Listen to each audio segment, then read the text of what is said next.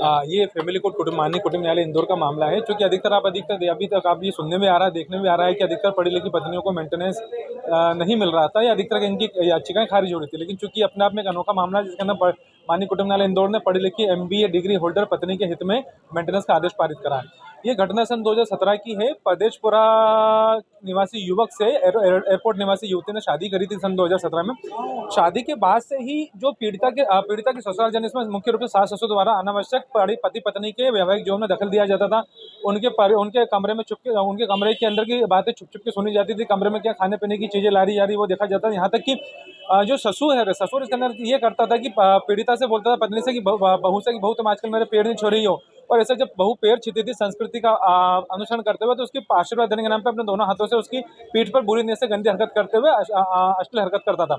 इन सब चीजों को लेकर और 20 लाख रुपए दहेज की मांग भी मांगते थे। इन सब चीजों को लेकर पीड़िता को पति ने सन 2021 में पुणे से इंदौर लाकर छोड़ दिया बस स्टैंड पर, 20 लाख रुपए की मांग करी। पीड़िता बहुत डिप्रेशन में आ गई थी। इसने सर्वप्रथम थाना मल्हारगंज में 498 के आरोपी ससुराल जनों के खिलाफ FIR दर्ज कराई और ससुर की जो अश्लील हरकत करता था उसको लेकर छेड़छाड़ की धारा में थाना परदेशपुर में FIR दर्ज कराई थी। और साथ ही कुटुंब न्यायालय इंदौर में भी, जिला न्यायालय इंदौर में भी घरेलू हिंसा केस फाइल करा था।